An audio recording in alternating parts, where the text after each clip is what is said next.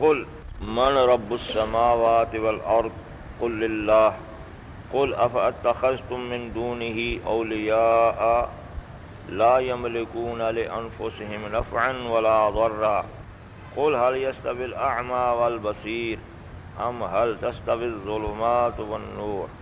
أم جعلوا لله شركاء خلقوا كخلقه فتشابه الخلق عليهم قل الله خالق كل شيء وهو الواحد القهار قل کہو یعنی سوال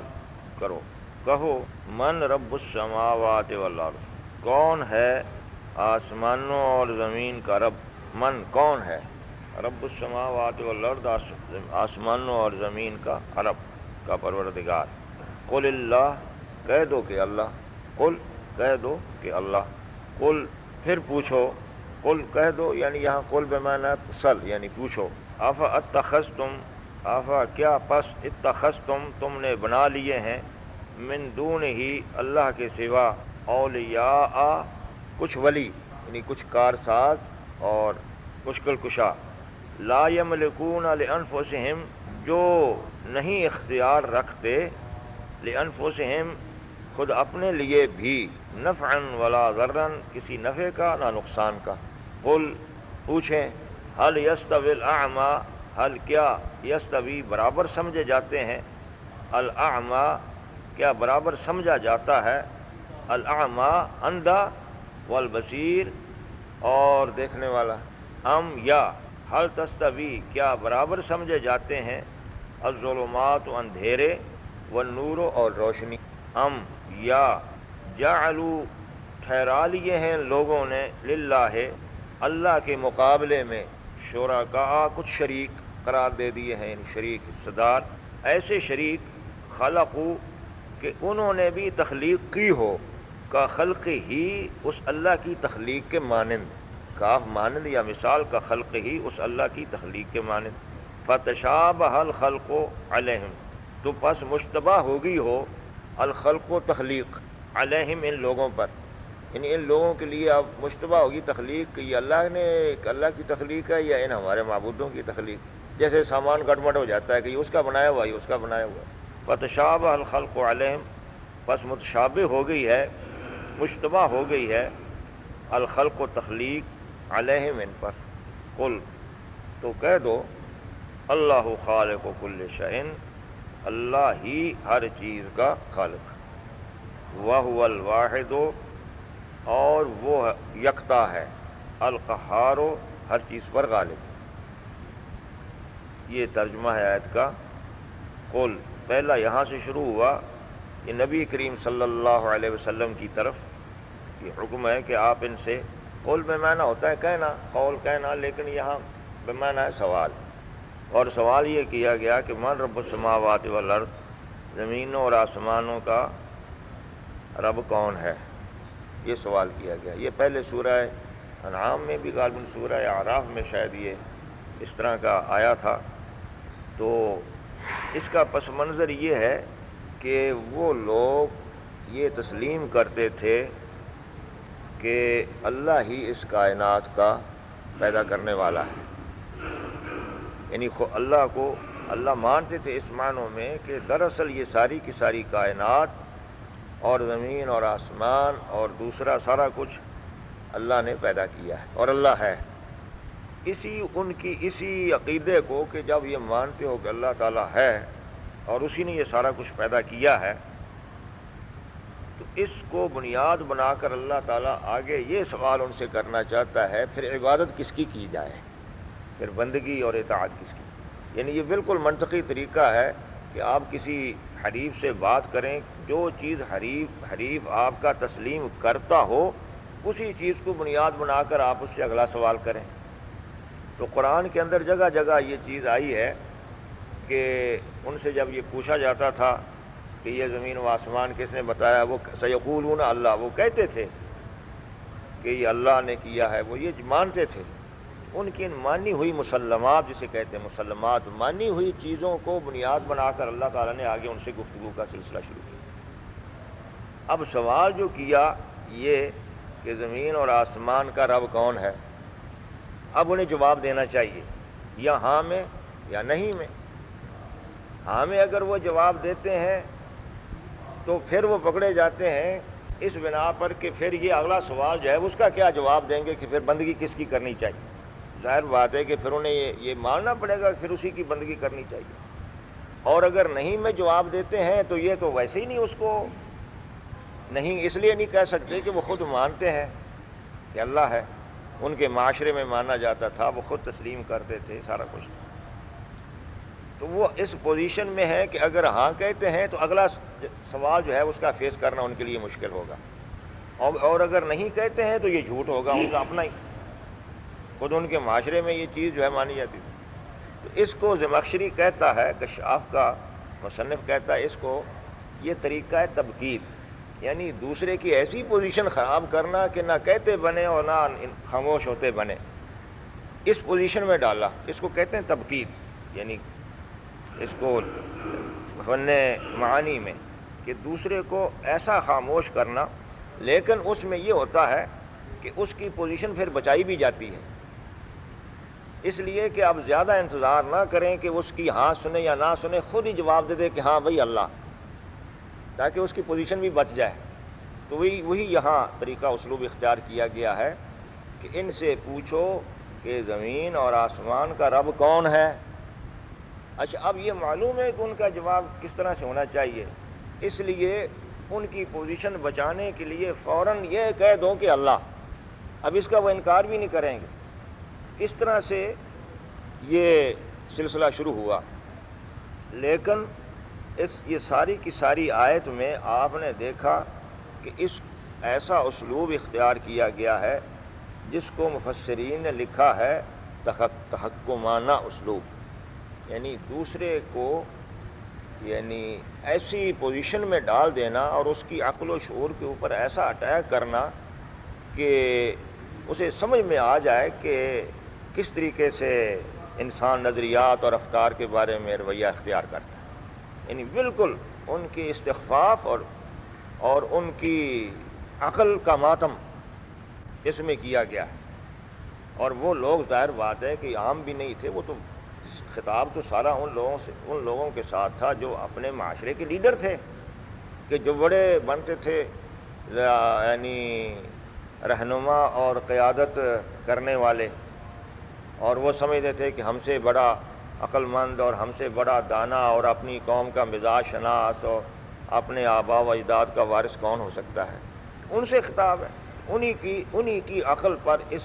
اس آیت میں ماتم کیا گیا، اور آپ دیکھیں انداز ماتم اللہ تعالیٰ کا۔ سوال پوچھو ان سے زمین اور آسمان کا رب کون ہے، اور پھر جواب دے دو ان کی طرف سے اللہ، اس لیے کہ وہ اس معاملے میں ان میں ہاں کرتے ہیں تو آگے سوال کرنے کی جرت نہیں، اور نہیں کہنے کی ان کے اندر ویسی بزدلی ہے، نہیں کہہ دینا صاف تاکہ پھر ہم اپنی بات کو دوسرے انداز میں پیش کریں، یہ بھی نہیں کہہ سکتے۔ ان کی جرت پر اور ان کے اپنے عقیدے کے بارے میں ان کا جو خیالات اس کے اوپر فوراً گرفت کی گئی اور حملہ کیا گیا کہ آپ ہی کہہ دیں کہ اللہ۔ اچھا پھر آگے اگلا پھر سوال پرم سے ان کے سامنے ڈال دیا گیا کہ قل یعنی پوچھیں، یہاں قل میں نہ کہیں کا مطلب یہ ہے کہ پوچھیں، قل بمعنی سل، سوال کرو، افاتخذتم من دونہ اولیاء، کیا پس تم نے ٹھہرا لیے ہیں من دونہ اللہ کے سوا اولیاء ولی۔ ولی کا ترجمہ، ولی کا کئی مرتبہ یہاں آیا، ولی کے بمعنی لفظی ترجمے میں ہم کارساز کرتے ہیں، اور وہ ان کے شرک جو تھا نا وہ اس میں یہی نقطہ تھا کہ اللہ کو اللہ مان کر درمیان میں جن معبودوں کو مانتے تھے ان کے اندر وہ ولایت تسلیم کرتے تھے۔ ولایت کا مطلب یہ ہے کہ ہمارے سرپرست یہ ہیں، نگران یہ ہیں، بگڑی ہوئی بنانے والے یہ ہیں، اور نفع نقصان پہنچانے والے یہ ہیں، ضروریات پورا کرنے والے یہ ہیں۔ وہ سارا کچھ جو صفات دراصل اللہ کی ہیں، اللہ کو تو ایک مان کر اونچی ذات، وہاں تو فارغ ہو گئے، وہاں سے تو فارغ ہو گئے، اب وہ تو ہم نے مان لیا، اور اس کے بعد اب جو انہوں نے نیچے تسلیم کر رکھے تھے ان کے ارد گرد سارے گھومتے رہتے تھے۔ تو ان کو اولیاء کہا ہے قرآن میں، یعنی ان لوگوں کو یہ اولیاء، اپنے دیوتاؤں کو یہ اولیاء مانتے تھے، ولی۔ جس میں ولی کا معنی ہوتا ہے سرپرست، نگران، اور ضرورت کے وقت کام آنے والا اور نگرانی کرنے والا، ان معنوں میں آتے ہیں۔ کارساز یعنی ضروریات پوری کرنے والا، یہ مانتے تھے۔ اور یہ ایسی بات تھی کہ ایسے وہ بیوقوف تھے کہ ایسی ایسی صفات ان کے اندر مانتے تھے کہ جن کا کوئی وہاں نشانی تو ملتی نہیں تھی، نشانی تو ملتی نہیں تھی۔ مثلا اس کو کہنا کہ یہ میرا کارساز ہے، مشکل کشا ہے،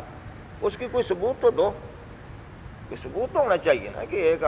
ایک چیز کو مشکل کشا ماننا ہے اور پھر تکلیف میں وہ آپ کی تکلیف دور کرے۔ اور اس کے اوپر بھی قرآن نے ایک جگہ ایسا موقع کے اوپر سوال کیا، اس پر سارے مشرکین عرب پریشان ہو گئے تھے۔ یعنی قرآن کی جب یہ آیتیں نازل ہوتی تھیں تو آپ سمجھیے جیسے کہ کوئی بہت اچھا سیاستدان بیان دے کر نازک پوزیشن بنا دیتا ہے، وہ یہی ہوتی تھی، کوئی آیت نازل ہوتی تھی اور سنا دی جاتی تھی، اور یہ بھی سنتے تھے اور ان کے پیروکار بھی سنتے تھے اور پھیلتی تھی آیت، مسلمانوں کے اوپر بھی اس کا رد عمل ہوتا تھا، وہ بھی اس کے اوپر اپنا رد عمل دیتے۔ اس طریقے سے اس کا پورا ریئیکشن ہوتا تھا، اچھا یا مخالفانہ جیسا۔ ایک مرتبہ قرآن نے یہ کہہ دیا، اچھا مانتے ہیں کہ تمہارے کچھ مشکل کشا موجود ہیں، آلہہ موجود ہیں اور تمہاری، تو پھر ہم یہ پوچھتے ہیں کہ جب تم سمندر میں کشتی میں بیٹھے ہوتے ہو اور وہاں جب کشتی ڈوبنے لگتی، ڈولنے لگتی، اس وقت پھر کس کو پکار؟ اور اس وقت وہ یہی کہتے تھے، خود وہ ان کا اپنا طریقہ یہ تھا کہ اے اللہ تو ہی آپ بچا سکتا ہے، اے وہ واحد خدا تو ہی ہمیں بچا سکتا ہے۔ اور جب اللہ ان کو نجات دے دیتا تھا خشکی کی طرف، فَإِذَا هُمْ يُشْرِكُونَ، پھر وہ دوسروں کو پھر ساتھ شریک کرنے لگتے تھے کہ ہاں بھائی وہ دوسرے بھی تو ہمارے ہیں ان کی طرف۔ تو وہ ایک ایسی صورت تھی کہ اللہ نے یہ پوچھا کہ اس وقت پھر تم سب کو بھول گئے۔ یہ ہے کہ سب کو بھول جاتے تھے اور صرف ایک خدا ان کو یاد آتا ہے، خدا ہے، خدا بچا بچا بچا بچا بچا۔ اس کا مطلب یہ کہ وہ دراصل فطرت کی آواز تھی، جو اوپر ردے پڑے ہوتے ہیں نا دوسرے خیالات کے اور مفادات کے، وہ اس وقت ٹوٹ جاتے ہیں، اس وقت جان کے لالے پڑے ہوتے ہیں، تو وہ تھی اصل آواز۔ اس طریقے سے یہاں پھر ان سے وہی سوال کیا گیا کہ کیا تم نے بنا لیے، اتخاذ میں نہ بنانا، پیچھے کئی مرتبہ یہ لفظ آ چکا ہے نا، کیا تم نے بنا لیے ہیں من دون ہی اللہ کے سوا اولیاء کچھ ولی، لا یملکون لانفسہم نفعا ولا ضرا، جو ملکیت یعنی اختیار نہیں رکھتے ہیں لانفسہم خود اپنی ذاتوں کے لیے بھی، اپنے آپ کے لیے بھی، نفعا ولا ضرا کسی نفع کا یا نقصان کا۔ اس میں بھی ایک بڑی زبردست بلاغت کی بات ہے، وہ یہ ہے کہ یہ نہیں کہا کہ کیا تم نے ایسے ولی بنا رکھے ہیں جن کے پاس کوئی نفع اور نقصان کا کوئی اختیار نہیں ہے، نہ نفع پہنچا سکتے نہ نقصان پہنچا سکتے، یہ نہیں کہا، بلکہ یہ کہا کہ اگر ان کے اندر نفع اور نقصان کے اختیارات ہوتے تو چلیے وہ دوسروں کو نفع و نقصان پہنچانے کی بجائے اپنے نفع و نقصان کے تو مالک ہوتے، خود اپنا تو وہ تو اپنے لیے بھی ان کے پاس کچھ نہیں ہے، اپنے اور نفع و نقصان کے مالک نہیں ہیں۔ تو جو آدمی اپنی ذات کے لیے، جو ہر وقت انسان اپنی ذات کو ترجیح دیتا ہے، جو اپنی ذات کے لیے کچھ نہ کر سکتا تمہارے لیے وہ کیا کرے گا؟ جس کے اپنے لیے جس کے پاس کچھ نہیں ہے تو تمہارا وہ کیا بنائے گا اور کیا بگاڑے گا؟ ایسے جن کو اپنے آپ کے لیے بھی جن کے پاس نفع اور نقصان کی کوئی قابلیت نہیں ہے، ان کو تم نے ولی بنا لیا ہے، یہ پوچھو ان سے کہ بنا لیا۔ اچھا، اس کا بھی جواب ان پر چھوڑ دیا گیا، جواب ان پر چھوڑ دیا کہ ان سے پوچھ لو، اور اس انداز میں پوچھو کہ کوئی ثبوت فراہم کرنا ہوگا کہ یہ ہمارا ایک ایسا دیوتا ہے کہ واقعی یہ نفع اس نے پہنچایا خلق خدا یا نقصان پہنچایا، لاؤ۔ تو یہ سوال چھوڑ کر پھر ایک اور سوال کر دیا، اچھا تمہاری اس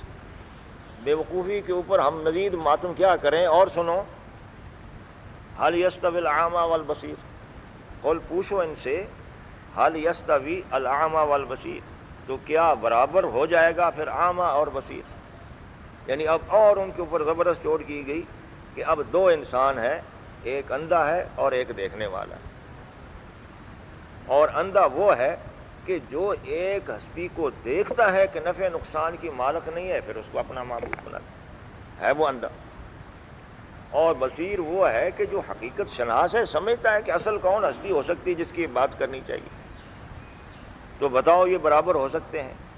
یعنی اس طرح اس سوال میں دراصل اللہ تعالیٰ نے یہ کہنا یہ چاہتا ہے کہ تم تو پھر بالکل عقل کے اندھے، تمہاری سارے عقل کے دعوے بالکل فضول ہیں، بالکل احمق اور پرلے درجے کے نادان انسان ہوتے ہیں۔ لیکن یہ کہنے کی بجائے، قرآن کا یہ اسلوب نہیں ہے گالم گلوچ اسلوب نہیں ہے کہ اس طرح سے بات کرنا، اس میں کمال ہے۔ کہنا یہی اللہ تعالیٰ چاہتا ہے کہ اے اہل ایمان، تم دانشور ہو، تم بصیرت مند ہو، اور تم ہو عقل مند، اور اے اہل شرک، تم پاگل اور پاجی ہو اور اندھے اور کور مغز ہو۔ کہنا یہی چاہتا ہے اللہ تعالیٰ، لیکن اللہ تعالیٰ کا اسلوب ہے، دعوت کا اسلوب ہے کہ اس طریقے سے ایسا انداز کہیں کہ الفاظ تو ہوں اچھے لیکن اس کی تاثیر وہی ہو کہ جو ایک سخت لفظ کی تاثیر ہو سکتی ہے۔ تو اس طرح سے سوال کر کے کر دیا گیا، اچھا پھر بتاؤ بھائی جان کہ اندھا اور دیکھنے والا پھر برابر سمجھے جائیں گے؟ یہ نہیں کہا کہ تم اندھے ہو، بس یوں ہی کہہ، اور اسی طریقے سے پھر ان کے اوپر اس کا جواب نہیں مانگا گیا، ان سے چھوڑا نہیں گیا کہ اچھا وہ ہاں یا نہ کہہ دیں، بلکہ ایک اور اس کے اوپر پھر ایک اور چوٹ لگا دی گئی، وہ بھی اچھے انداز میں، ام حل تستوی الظلمات والنور، کیا برابر سمجھے جائیں گے ظلمات تاریکیاں اور نور روشنی؟ چلیے آگے پھر چلتے تھوڑا سا اور نرم انداز کہ بھائی پھر خود ہی سوچو کہ تاریکی اور روشنی کو پھر آپ برابر کیوں قرار دیتے؟ اور تاریکی اور روشنی کو برابر قرار دینے والا وہی ہوگا جس کی آنکھیں ہی کام نہ کر، جس کو پتہ ہی نہیں ہوگا کہ روشنی کس چیز کا نام ہے، تاریکی کس چیز، اس تمیز سے ہی عاری ہوگا۔ یعنی ظلمات سے مراد ہے یہ گمراہیاں، اس لیے جمع آیا، گمراہیاں بہت ہوتی ہیں، اور النور سے مراد ہے ایمان اور اسلام، اور یہ واحد ہے، نور دنیا میں ایک ہے اور ظلمات بہت ہے، اسلام ایک ہے، ایمان ایک ہے، اس میں تعدد نہیں ہے، یعنی اس میں وہ ایک ہی چیز ہے۔ جس طریقے سے آپ نے دیکھا ہوگا کہ روشنی میں وحدانیت ہے، روشنی ایک اکائی کی طرح ہے، لیکن تاریکیاں آپ دیکھیں گے ادھر درختوں کی تاریکی آ گئی، بادل کی تاریکی آ گئی، سمندر کے اندر تہیں جائیں تو وہاں تاریکیاں،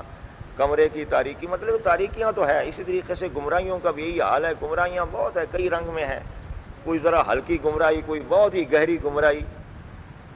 اور اس طرح سے ظلمات کا لفظ استعمال کیا گیا۔ ہم جعلو یا جعلو، ان لوگوں نے یعنی مشرکین نے جعلو قرار دے رکھے ہیں للہ، اللہ کے سامنے، اللہ کے مقابلے میں، شرکاء، کچھ ایسے شریک، خلقو، انہوں نے تخلیق کی ہو، خلق میں نہ تخلیق کرنا، انہوں نے تخلیق کی ہو، کا خلق ہی، اللہ کی تخلیق جیسی، فتشابہ الخلق علیہم، تو مشتبہ ہوگی ہو تخلیق ان لوگوں کے اوپر، یہ پہچاننا مشکل ہو گیا ہو کہ اللہ کی تخلیق کون سی ہے اور ہمارے معبودوں کی تخلیق کون سی ہے۔ یعنی یہ ان سے پوچھ لیجئے، یعنی اللہ نے تو تخلیق کی ہے، اور تم آسمان اللہ نے بنایا، زمین اللہ نے بنائی، لیل و نہار کی گردش اللہ کی ہے، اور بہت کچھ کہتے تھے یہ بھی اللہ، سب کچھ مانتے تھے، تخلیق تو اللہ کی مانتے تھے۔ اب یہ کر دیا کہ بھئی اچھا تمہارے کچھ ایسے شرکاء جو تمہارے علم میں اور تمہارے عقیدے میں ہیں، تو انہوں نے، ایک یہ بھی ہو سکتا ہے نا، تمہاری مجبوری ایک یہ بھی ہو سکتی، مان لیتے ہیں ہم مجبوری، کہ انہوں نے بھی کچھ تخلیق کی ہے اور اللہ نے بھی کوئی تخلیق کی ہے، لیکن ذرا تمہاری شناخت جو ہے نا وہ کام نہیں کر سکی، اس لیے تم دقت ہو رہی ہے ماننے میں کہ ہم محمد صلی اللہ علیہ وسلم کو مانیں یا ان کو مانیں، کیونکہ ان کی بھی کچھ تخلیق ہے اور ان کے رب کی بھی کچھ تخلیق ہے۔ تو شاید یہی کو وجہ ہو کہ بھائی وہ فیکٹریاں تھیں، انہوں نے بھی کوئی پروڈکشن کی ہے، انہوں نے بھی کچھ بنا کر رکھ دی ہیں، تو آدمی ذرا ہو جاتا نا اس میں پریشان کہ کون سا مال اصل ہے اور کون سا مال نقل ہے، کھرا ہے کون کھوٹا ہے، اور کون سا مال تخلیق خدا ہے اور کون سی تخلیق دیوتا ہے۔ تو کوئی ایسی کوئی ہو بات تو وہی بتا دو ہمیں، پھر ہم تمہیں اس کی علامتیں بتا دیں، اصل مال کی علامت یہ ہے اور کھرے مال کی یہ ہے، کوئی مارکا وارکا بتا دیں گے تمہیں، تو ایسی کوئی اگر ہو تو اب اس کا وہ کیا جواب دے، اس کا کیا جواب دے؟ اللہ رکھوا دی کہ اپنے اتنے شرکاء جن کی اتنے تم اختیارات مانتے ہو، اتنے اختیارات مالک ہیں، اور ان کے حقوق، اختیارات اور صفات اور ان کی یہ وہ، اور اس کی وجہ سے تم نے اپنے کے اوپر نشاور کر رکھی ہے، تمہارے سجدے ان کے سامنے، تمہاری دعائیں ان کے سامنے، تمہارا مال ان کے لیے، تمہاری زندگی ان کے لیے، تمہاری تگ و دو ساری ان کے لیے، کوششیں علم ان کے لیے، علم تمہارا ان کے لیے، یہ ساری کی ساری ان کے لیے تمہارا سارا کچھ ہے، اتنی تم نے کچھ ان کے لیے سارا کچھ کر رکھا ہے۔ تو کہ جب وہ کچھ بتایا ان کی کوئی چیز لا کر ہمیں دکھا دو۔ ایک اور جگہ فرمایا کہ ایتونی، میرے پاس لے آؤ وہ انسان بنا ہوا جو تمہارے کسی معبود نے بنایا ہو، اس کی کوئی ڈیزائن ہمیں دکھا دو، بس ایک لے آؤ نمونہ، اس کا کوئی سیمپل لے آؤ، دیکھ لیں کہ وہ کیا بھائی، پھر ہم مان لیں گے کچھ نہ کچھ۔ اس طرح سے بتایا گیا کہ اگر یہ بات بھی نہیں ہے تو پھر تمہیں عقل سے کام لینا چاہیے، اور اس سارے کے سارے سوالوں کا اور اس سارے کے سارے مرثیہ کا جو ان کی عقل کا پڑھا گیا ہے، اللہ تعالیٰ نے جو عقل کا مرثیہ پڑھا ہے یہاں، اور عقل بھی مختلف سطح کی، ایک بالکل اندھے کی، اور ایک تھوڑا سا تاریکی کر لینا اور کچھ نہ کر سکنا، اور تیسرا ذرا بھولا بھالا سا جس کو پروڈکشن کی تمیز نہیں رہی کہ اللہ کی اور ان کی کوئی پروڈکشن میں کوئی، یہ ساری کی ساری مختلف سطح کی جن کی عقلیں تھیں، ان کے الگ الگ مرثیے اللہ تعالیٰ نے پڑھے، اور پھر خود ہی اس کے اوپر اپنا بند لگا، اللہ خالق کل شیء وہو الواحد القہار۔ قل، ان سب کو یہ جواب دے دو، اللہ خالق کل شیء، اللہ ہر چیز کا خالق، ہر چیز، کل شیء، ہر چیز کا،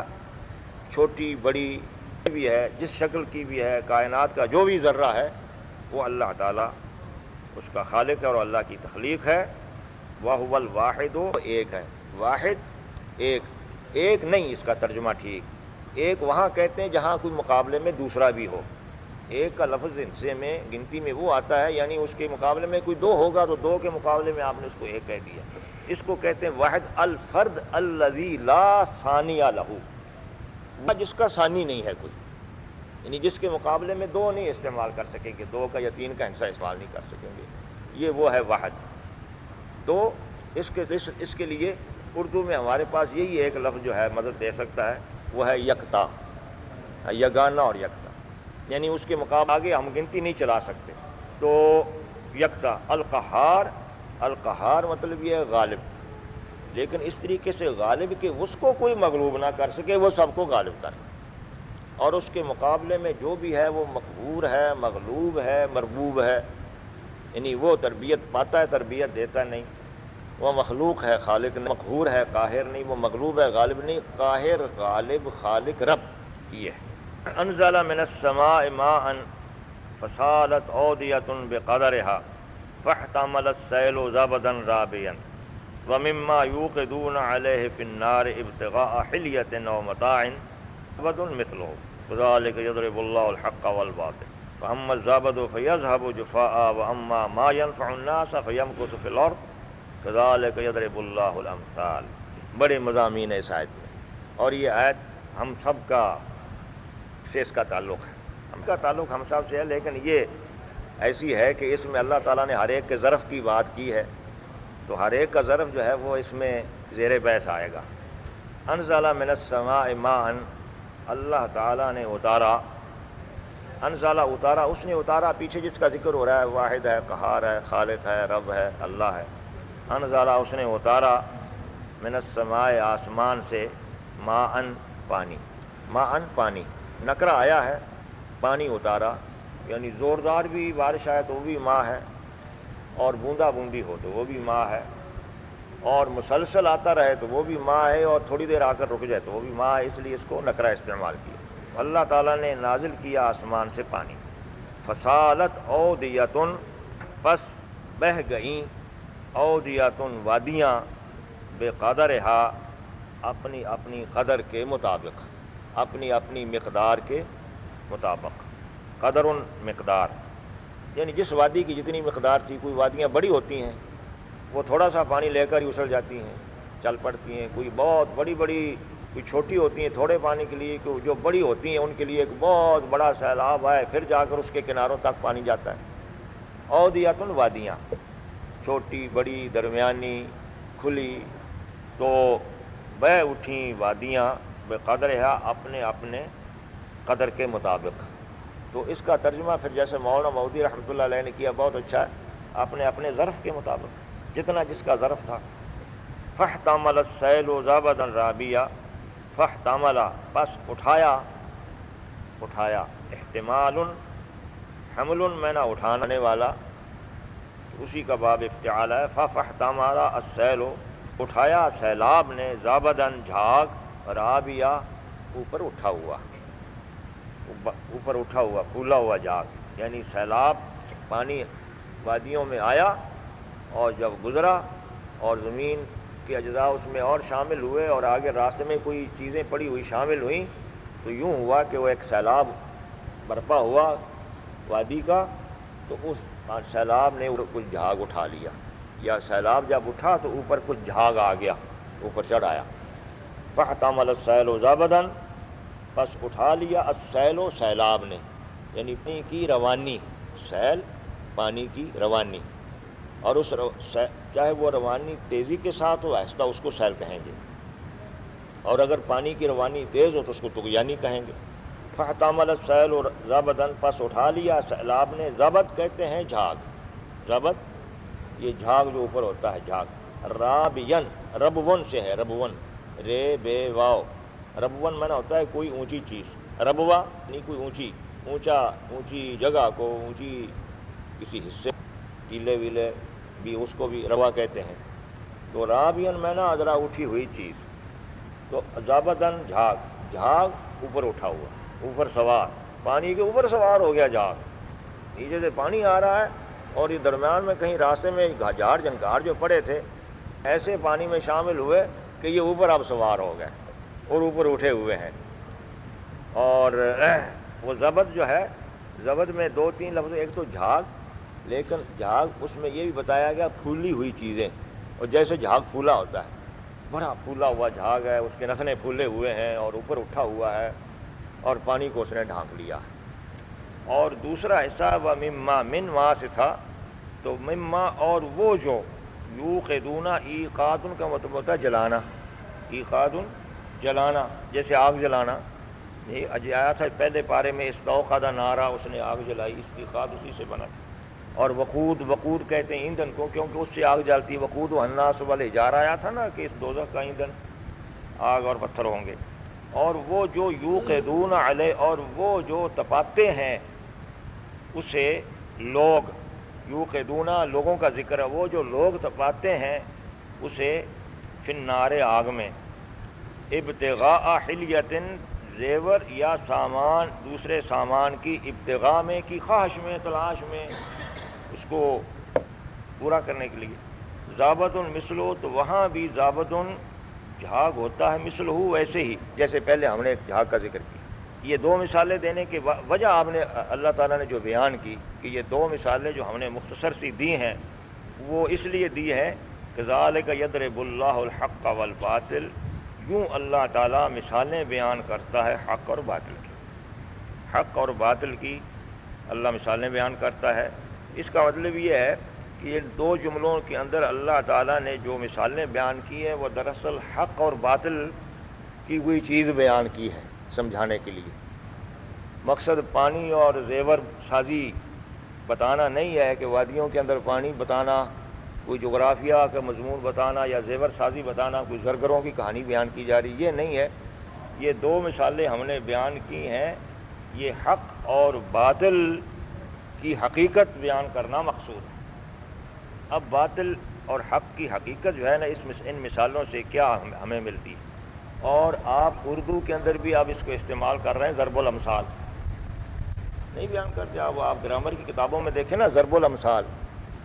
تو وہاں ضرب کا لفظ استعمال کیا آپ نے، بیان الامثال نہیں کیا۔ تو ضرب کا میں نے بتایا کہ ضرب کا لفظ یوں استعمال ہوگا نا تو اس کا مطلب معنی ترجمہ کریں گے ہم مثال بیان کریں، تو اللہ تعالیٰ نے حق اور مثال کی بیان کی دو جملوں کے اندر، تو وہ کون سی حق اور باطل کا وہ کون سا پہلو اور کون سی مثال ہے جو بیان کی، یہ تحقیق طلب۔ تو پہلا جملہ جو ہے نا اس میں جو چیز بیان کی گئی ہے وہ یہ ہے، آسمان سے اللہ نے پانی اتارا، وادیاں بہیں،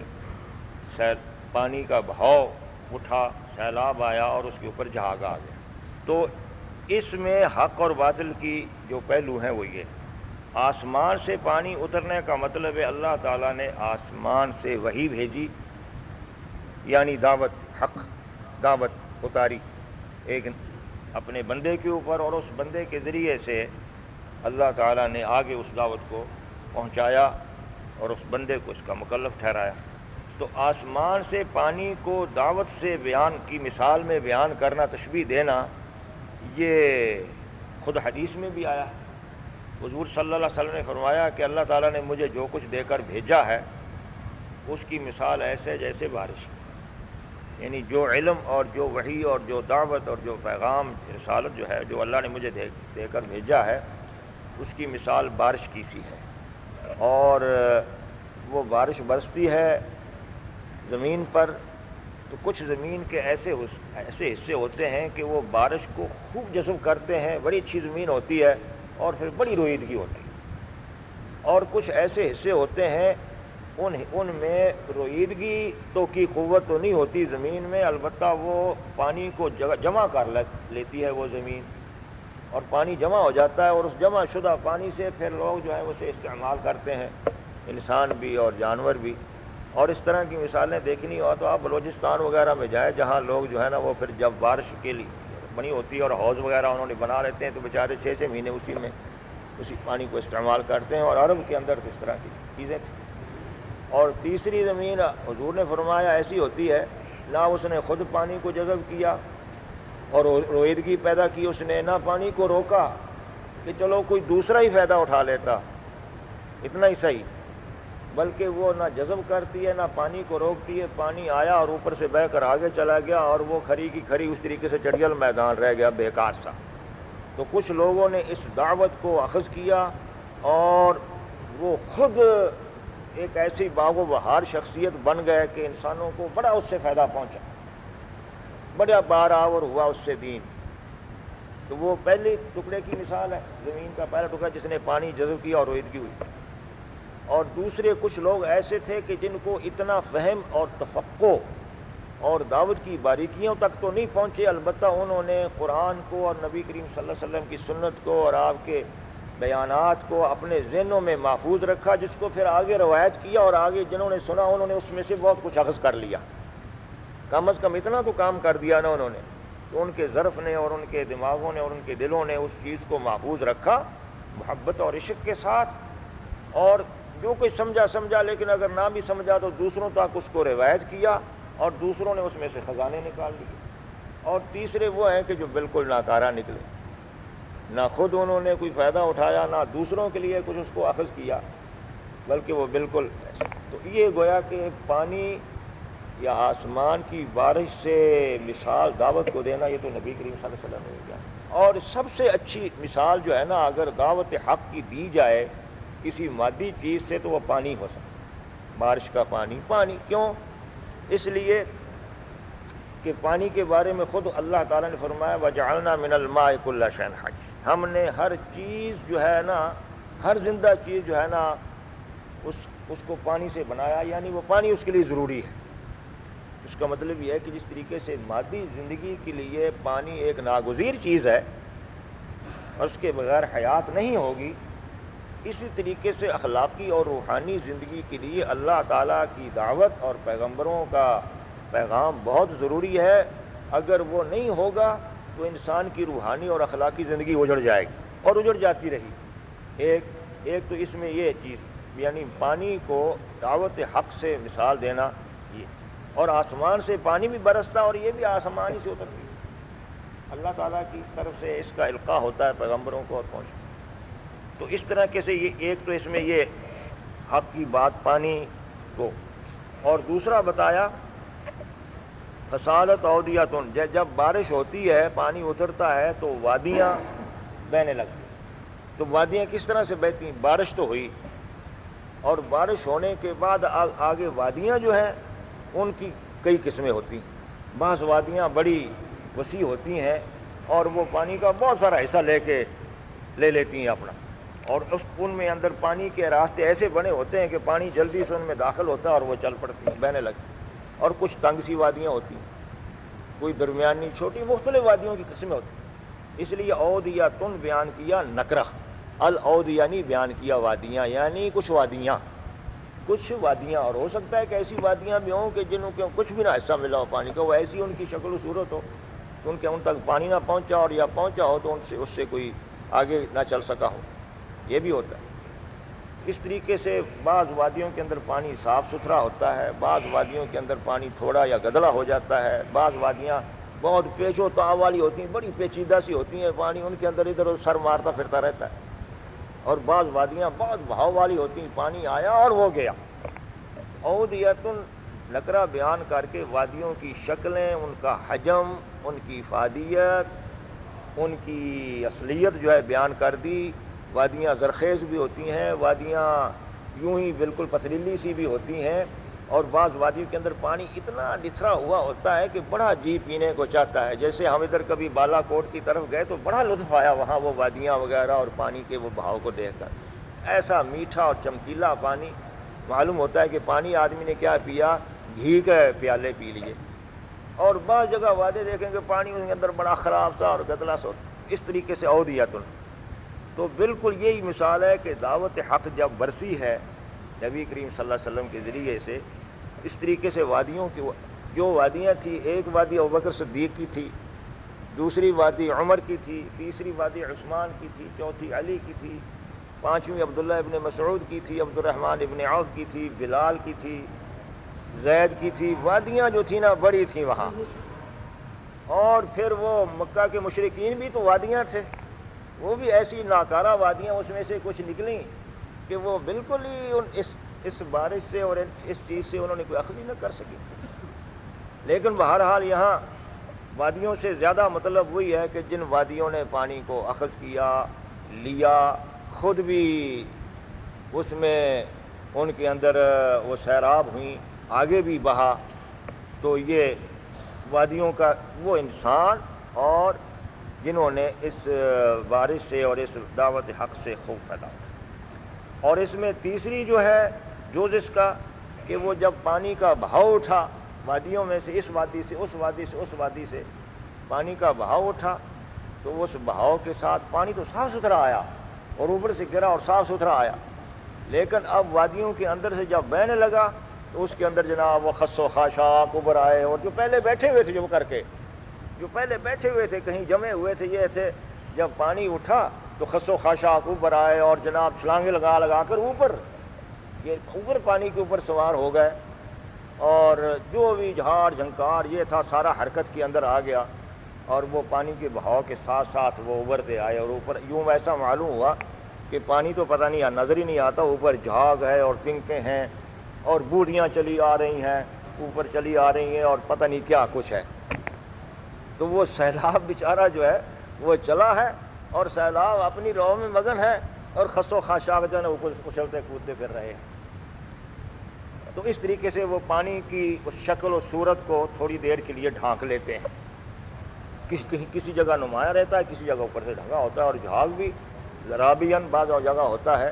کہ وہ ایسا زور سے پانی گرا تھا کہ گرنے سے کچھ زمین کی مٹی شامل ہوئی، کوئی ادھر ادھر کناروں کی ساتھ جھاڑ جھنکار شامل ہوئی، ہوا تو جھاگ ایسا ابھر آیا کہ بہت اونچی طے اس کی جم گئی جھاگ۔ اس کا مطلب یہ ہوا، اسی طریقے سے اس دعوت حق نے جب اپنا زور نکالا، جب اس نے اپنی آواز بلند کی، گرج دی، وہ بجلی کا کڑکا تھا یا صوت ہادی، عرب کی زمین جس نے ساری ہلا دی، جیسے علی نے کہا ہے۔ تو یہ جب دعوت کڑکی اور اس کے اندر گرج پیدا ہوئی، جیسے پانی زور سے پہاڑ کے اوپر سے نیچے گرتا ہے وادی کے اندر اور آبشار پیدا ہوتی ہے، اسی طریقے سے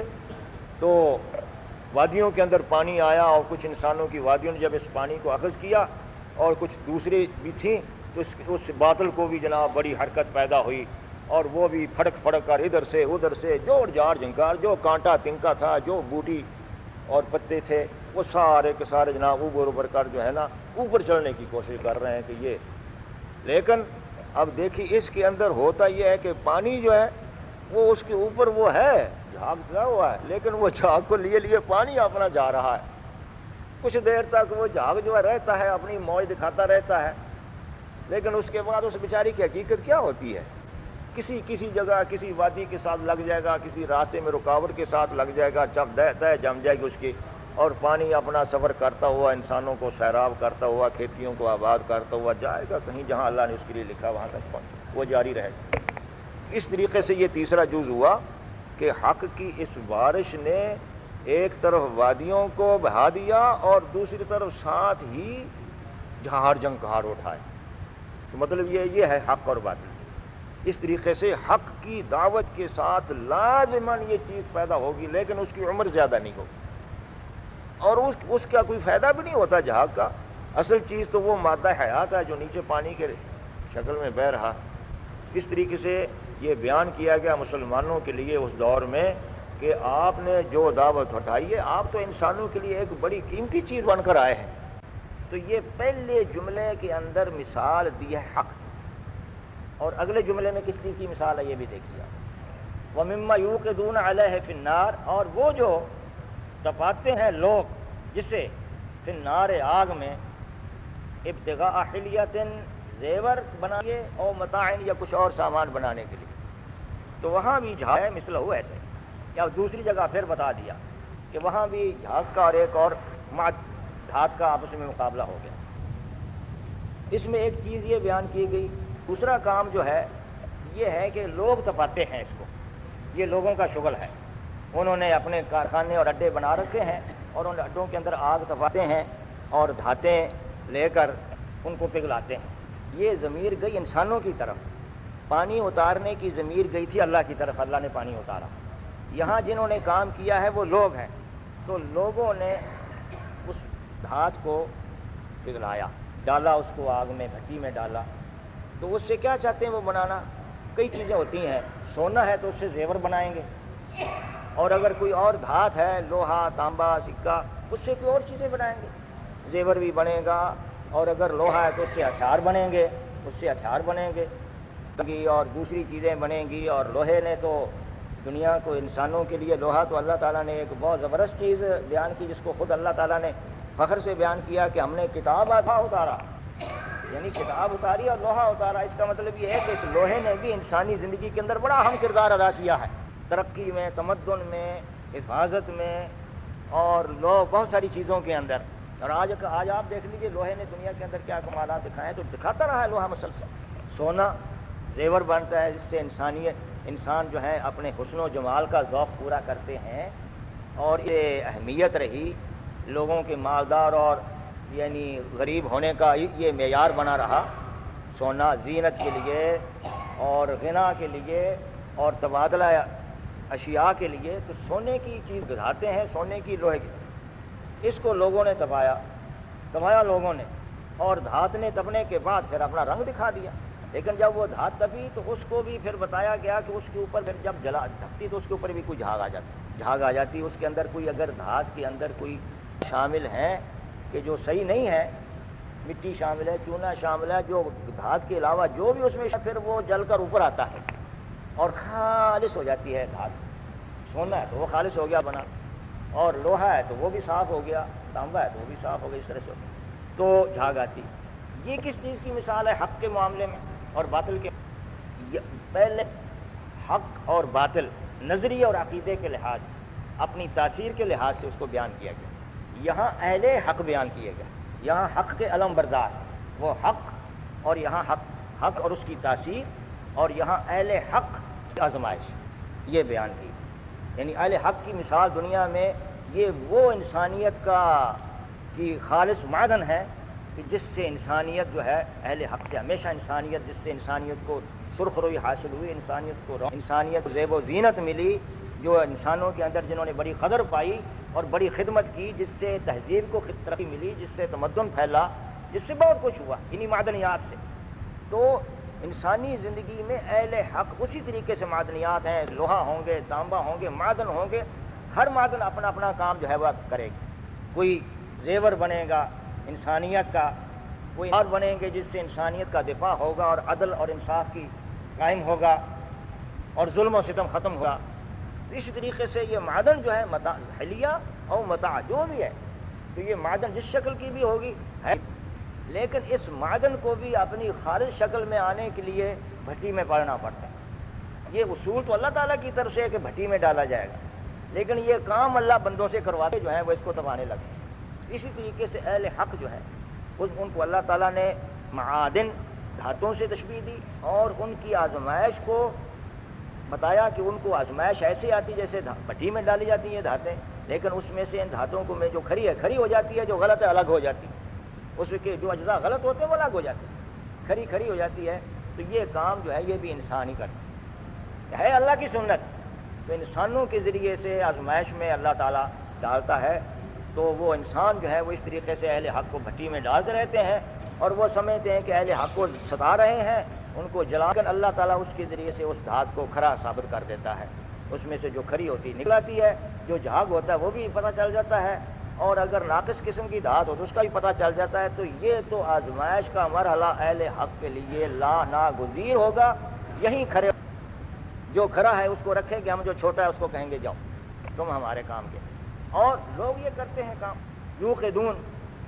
اگر کہا جاتا یوں کا دو مجہول کا سیکھا تو پھر ہم کہتے ہیں شاید یہ بھی اللہ تعالیٰ نے اپنی طرف منسوب کر لیا، ہے یہ اللہ کی سنت ہی، لیکن دنیا میں ہمیشہ آئے گئے انسانوں ہی کے ذریعے سے۔ تو بالکل مکہ کی زندگی کی تصویر بیان کی گئی تھی کہ اہل حق جو ہیں یہ معدن جو ہے کس طریقے سے اپنے بھائیوں اور اپنے رشتہ داروں اور اپنے اہل قبیل اہل شہر کے ہاتھوں ستائے گئے اور واقعی بھٹیوں میں ڈالے گئے، یہ کیا وہ کیا، اور یہ ہے کہ پھر ثابت بھی ہوتے رہے، کھرا بھی سامنے آتا رہا اور ناقص کا بھی پتہ چلتا رہا۔ تو یہ اہل حق کی مثال بیان کی گئی، اور اس مثال کے اندر بڑی بڑی نازک اور بہت باریک باریک تشبیہیں ہیں، سونے اور دوسری دھاتوں سے مثال دینا، پھر بھٹی میں ڈالنے کی مثال دینا، ناقص چیز کو پھر جھاگ سے مثال دینا، اور اوپر جو آ جاتی سے یہ کذالک یضرب اللہ الحق والباطل، یوں اللہ تعالیٰ بیان کرتا ہے حق اور باطل کی مثال، اور آگے پھر ایک اور اصول بیان کرتے ہیں، اور اس کے بعد یہ تیسرا مثال سے بھی تعلق ہے اور ایک عام اصول بھی ہے اللہ نے بیان کہ جھاگ جو ہے فَأَمَّا الزَّبَدُ جھاگ فَيَذْهَبُ چلا جاتا ہے، یعنی ختم ہو جاتا ہے، جیسا کہ جاء الحق وذهب الباطل، باطل چلا گیا یعنی باطل ختم ہو گیا، اور اسی سے یذهب ہے، تو وہ جھاگ چلا جاتا ہے، ختم ہو جاتا ہے، جفاءً یعنی خشک ہو کر، جم کر یا اچھل کر۔ اچھل کر کا مطلب یہ ہے کہ جیسے کہ اہل لغت نے بیان کیا ہے کہ اجفأت القدر، کوئی ہنڈیا جو ہے جب ابلتی ہے تو پھر اس کے اوپر سے پہلے جو جھاگ آتی ہے تو باہر آ جاتی ہے وہ بالکل کناروں سے، تو کہیں اس طریقے سے یہ دریاؤں کا اور روانیوں کا اور سیلابوں کا جھاگ جو ہے یہ بھی اوپر ہوتا ہے، لیکن آگے جا کر پھر پانی کہیں زور سے چلتا ہے تو ان کو ادھر پھینک دیتا ہے، پانی کی لہر جو ہوتی ہے نا پھینک دیتا ہے۔ تو آپ نے دیکھا ہوگا کہ دریاؤں کے کنارے پھر اس طرح کی چیزیں پڑی ہوتی ہیں، یا جیسے قرطبی نے لکھا کہ راستے میں کوئی اور جھاڑیاں واڑیاں آتی ہیں تو ان کے ساتھ لٹک جاتا ہے یہ۔ اس طریقے سے جھاگ جو ہے نا اس کا راستہ بالکل مختصر ہوتا ہے، اس کی زندگی مختصر ہوتی ہے، دھوپ پڑے گی تو خشک ہو جائے گا، جم جائے گا تو بھی ختم ہو جائے گا، یا یہ ہے کہ اگر پانی نے زوردار کوئی حرکت کی تو اچھل کر کہیں جا پڑے گا باہر۔ تو یہ تینوں شکلیں ہیں، یعنی اچھل کر، خشک ہو کر یا جم کر، جفاءً کے لفظی ترجمہ یہ۔ وہ اما ما ينفع الناس، اور وہ رہی وہ چیز جو لوگوں کو نفع دیتی ہے۔ یہاں یہ نہیں بیان کیا جس طریقے سے جھاگ بیان کیا نا، یہاں یہ نہیں بیان کیا کہ پانی وَأَمَّا الْمَاءُ فَيَمْكُثُ فِي الْأَرْضِ، بلکہ یہ ایک پانی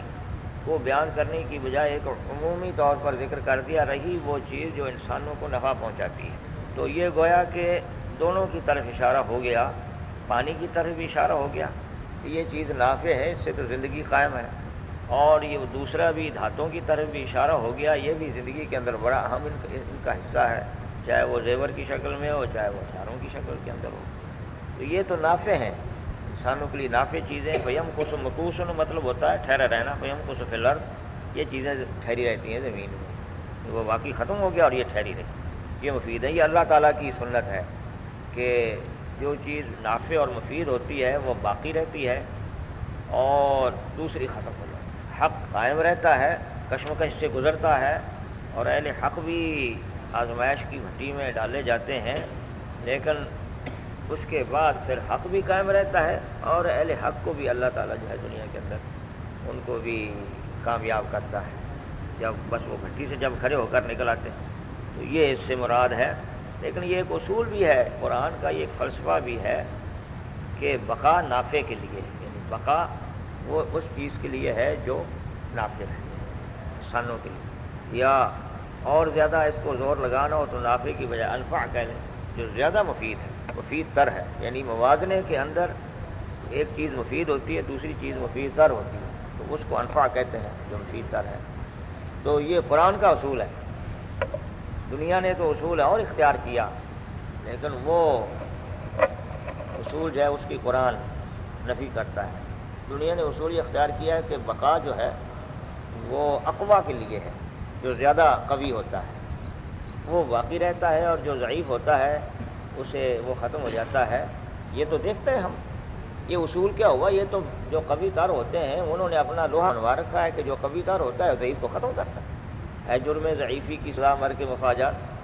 تو جو ہے اس کو ختم کر دیتا ہے۔ قوی جو ہے دنیا کے اندر یہ کشمکش ہے، تنازع ہے، یہ کون باقی رہے۔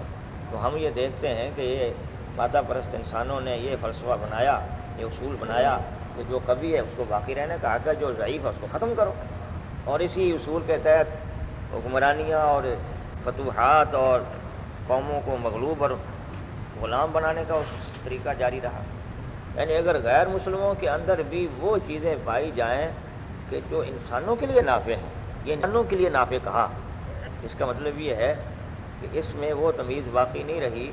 کہ جس میں یہ کہا جائے کہ صرف مسلمانوں کے پاس ہی وہ چیز ہے۔ اما ما ينفع الناس، انسانوں کے لیے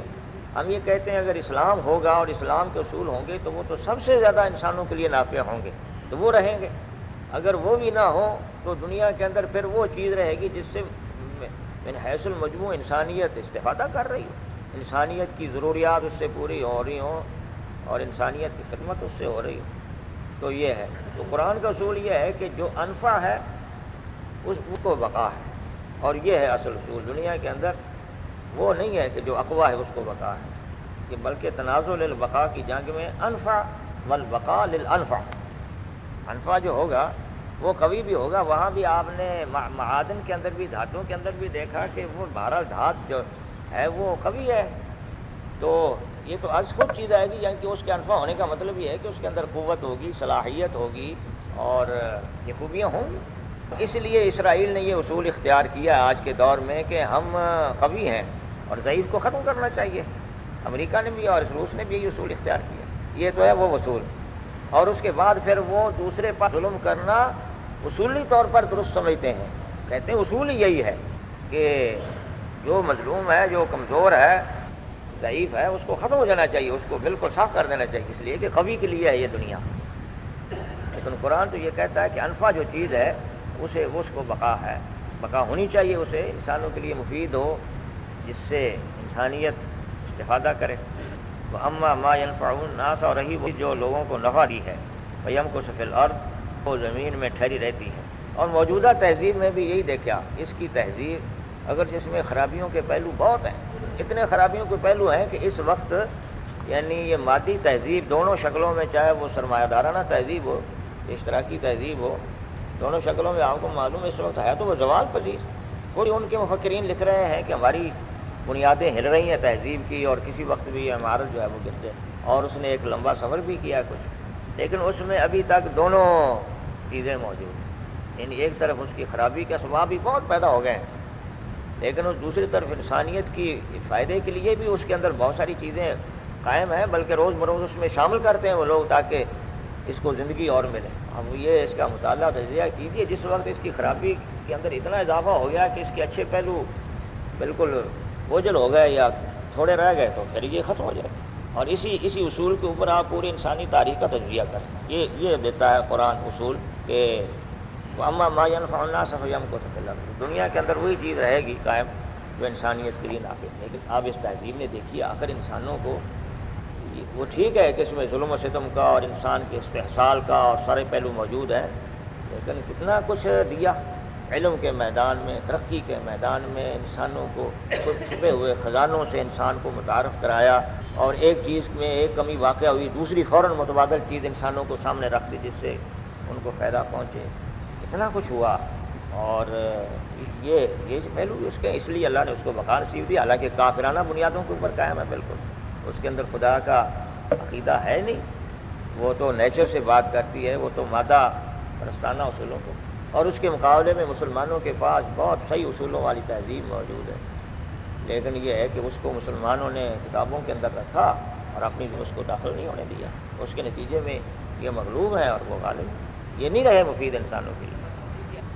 تو اب اس تہذیب کا مقابلہ ہمارا باتوں سے نہیں ہوگا، میں آپ کو بتاؤں، باتوں سے صرف یہ ہے کہ ہم انسانوں کو متحرک کر دیں گے اور ان کی دوسرے کی خرابیاں بیان کر ان کے خلاف جوش دلا دیں گے، لیکن اصل دنیا کے اندر انقلاب جب آئے گا تو یہ ہے کہ ہم متبادل طور پر ایسی تہذیب پیدا کر دیں کہ جو علم اور ترقی میں موجودہ تہذیب سے کم نہ ہو، اور مزید برآں اس کے جو خراب پہلو ہیں وہ اس میں وہ بھی نہ پائے جاتے ہیں، کیونکہ اس کے اندر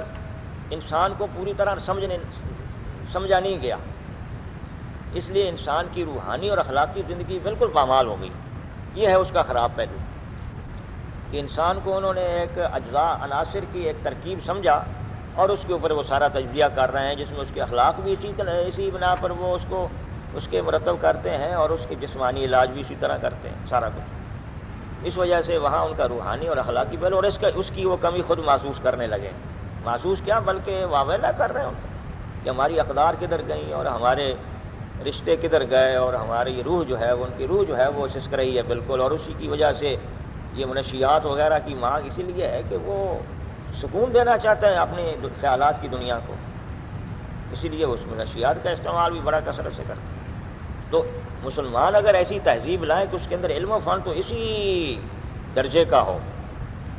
اور اس کے بعد روح اور اخلاق جو ہے اس کو بھی توازن کے ساتھ ساتھ رکھا جائے گا، تو اس کا مقابلہ کون کرے گا؟ اس کا نہیں مقابلہ ہو سکتا۔ پہلے بھی مسلمانوں کے ساتھ ایسی معاملات پیش آئے، اب یہ اصول ہے اور قرآن اس کی ساری پھر تشریح کرتا ہے۔ کذالک یضرب اللہ الامثال، یوں ہی اللہ تعالیٰ بیان کرتا ہے مثالیں، امثال یعنی یہ نہیں کہا اللہ تعالیٰ یوں ہی مثال بیان کرتا، یوں ہی اللہ تعالیٰ مثالیں بیان کرتا ہے۔ وہ کس طرح سے؟ یعنی جو پچھلی عروج اور زوال کی اور اترنے اور چڑھنے کی جو داستانیں قرآن نے بیان کی ہیں انبیاء کی اور دوسری قوموں کی، وہ امثال ہیں، وہ ہے امثال۔ اس میں اسی چیز کو اسی اصول کو آپ دیکھیں گے قائم، اور اسی لیے اشارہ یہاں جمع سے کیا کہ مثل یا مثلین کی بجائے کہہ دیا امثال، یعنی اللہ تعالیٰ مثالیں بیان کرتا ہے۔ اس کو آپ اہل علم اور اہل عقل اس پر غور کریں، یہ قرآن تو غور کرنے کے لیے ہے، اس کو آپ دیکھتے جائیں اور اس کی تہہ کے اندر سے آپ کو بہت سارے اور مضامین ملیں گے۔ للذین استجابوا لربهم الحسنى